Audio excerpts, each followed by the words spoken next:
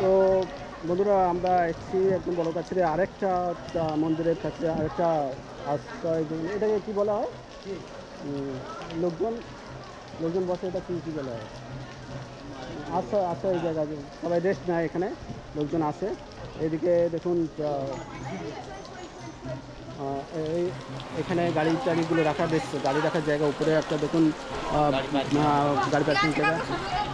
হ্যাঁ, এই দেখো তোমাদের ছবিগুলো দেখি।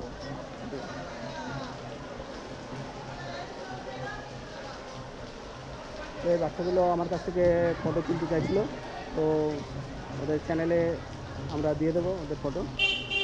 তো এইদিকে দেখুন, এইদিকে আরও বড় প্যাসেজ আছে, এখানে বসার জায়গা আছে, এখানে একটা দোকান আছে। এই দোকান থেকে আমরা পূজার ডালা নিলাম, এবার পূজা দেবো।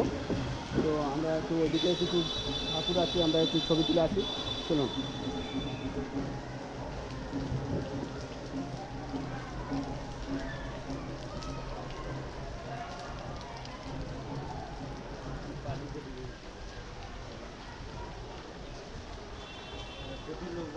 হ্যাঁ, প্রচুর। এখানে দেখুন গরমের সময় ফ্যানেরও ব্যবস্থা আছে, যে মানুষজন বসে এখানে রেস্ট নেবে তার জন্য সুব্যবস্থা আছে।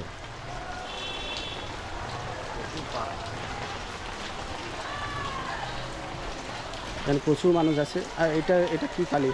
দাদা এটা কি ঠাকুর? এটা এখানে কালী ঠাকুরটা এখানে মহাকাল। মহাকাল। আচ্ছা, এখন কি পুজো হয়ে গেছে?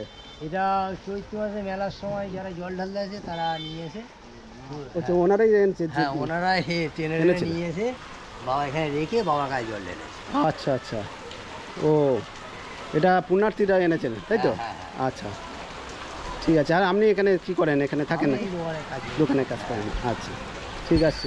ঠিক আছে দাদা, দাদার কাছ থেকে জানলাম আমরা একটা এই ঠাকুরের বিষয় একটু।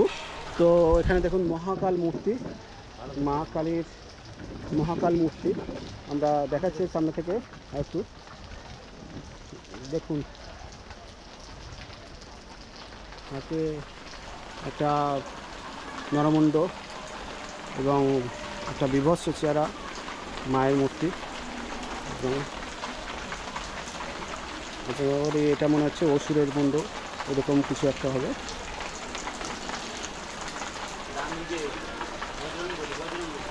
এটা বজরঙ্গলি।